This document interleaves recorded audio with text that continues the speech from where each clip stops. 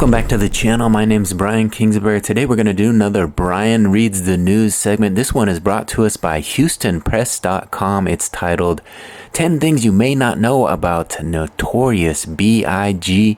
Let's get into it.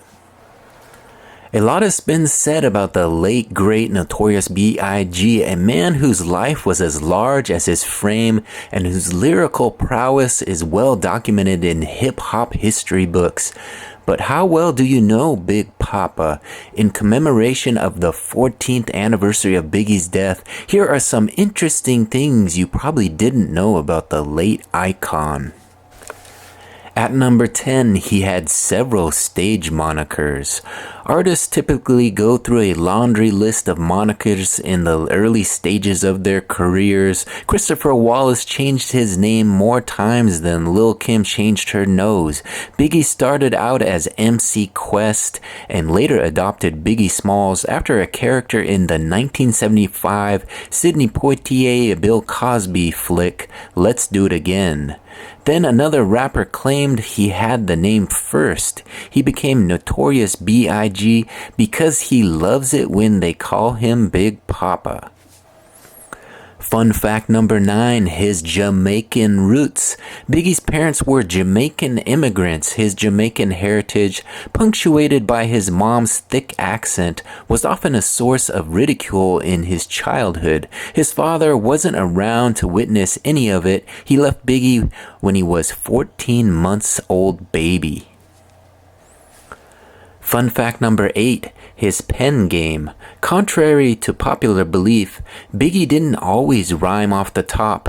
He kept a rhyme book handy at the beginning of his career. Shortly after signing a record deal with Bad Boy, Big Papa ditched his notepad and retired his pen for the rest of his abbreviated career. Fun fact number 7, the Commission. Before his sudden death, Big envisioned a hip-hop supergroup dubbed the Commission. The crew would have comprised of Biggie, Jay-Z, and Charlie Baltimore. Fun fact number 6, Turn Me Up. You always hear stories about music celebs making ridiculous studio demands. Bubbly delivered by angels, a blunt rolled by God himself. All Biggie wanted was for his mic levels to be turned all the way up. Quote, that was his biggest complaint, says Easy Mo B, Biggie's longtime friend and collaborator. Fun fact number 5, everyday struggle. Quote, I know how it feel to wake up effed up, pockets broke as hell, another rock to sell. Like many of the songs on Ready to Die, the opening lines to Everyday Struggle betrayed a sense of hopelessness. The song was semi-autobiographical narrative about Henny Locke, one of Biggie's neighborhood friends. Fun fact number 4, Mama's Boy. Big was ultimately a mama's boy. In the documentary Notorious B.I.G. Bigger Than Life, his childhood friends recall an incident in which young Chris Wallace had an argument with his mother. She hung up the phone, picked up an hour later, only to realize that Big had stayed on the phone the entire time. Biggie's words to him, Miss Wallace, quote, I'm not putting down the phone until you tell me that you love me. Fun fact number 3, side hustle. While waiting for the ink to dry on his newly minted Bad Boy contract, the Black Frank White busied himself with an illegal side hustle. Big's other hustle almost derailed his music career before it started. Police raided his condo in Teaneck, New Jersey in 1994 and found guns and weed. Big even admitted that pushing weight wasn't a permanent solution. Quote, you cannot do that forever, Big said. You will die or eventually go to jail. Fun fact number 2, the 10 crack commandments.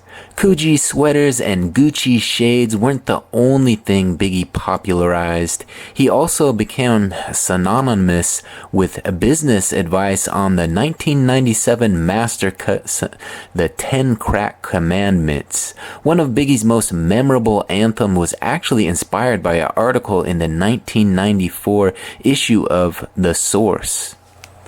And finally, fun fact number 1, Kick in the Door. Houston-born super producer DJ Premier once found himself smack dab in the middle of a head-butting contest between Biggie and Jeru the Damaja. On the one side was Primo's friend Jeru the Damaja, and who took jabs at Biggie on the Primo-laced "You Playin' Yourself" and the "One Day." On the other hand was Big, who retaliated on Kick in the Door, also produced by Primo. There you have it, another successful Brian Reads the News segment. Again, this one brought to us by HoustonPress.com. 10 things you may not know about the notorious B.I.G. If you like this one, don't forget to subscribe to the channel, hit that subscription button, ring that notification bell, and do me a big favor, give this one a big thumbs up on your way out. Helps get in front of a few more eyes. Give it a big thumbs up, and don't forget to leave me a comment. I look forward to hearing from you. Thanks again for watching this one to the very end. We'll see you on the next one. Bye.